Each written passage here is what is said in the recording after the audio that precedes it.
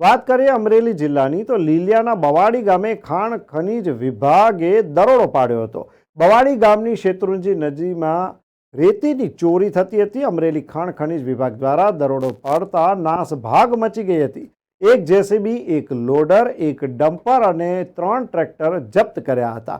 50 લાખનો મુદ્દામાલ ખાણ ખનીજ વિભાગે આમ જપ્ત કર્યો હતો। રેતી અને ખનીજ ચોરી સામે જિલ્લા ખાણ ખનીજ વિભાગે લાલા કરી છે। તમામ વાહનો લીલિયા પોલીસને સોંપીને ખાણ ખનીજ વિભાગે કાર્યવાહી કરી છે। રેતી માફિયા અને ખનીજ ચોરોમાં ફફડાટ વ્યાપી ગયો છે।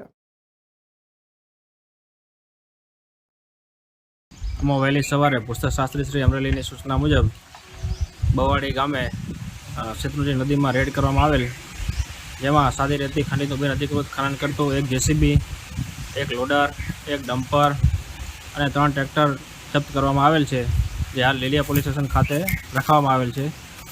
આ આશરે અંદાજિત 50 લાખ જેટલો મુદ્દામાલ અમો જપ્ત કરવામાં આવેલ છે।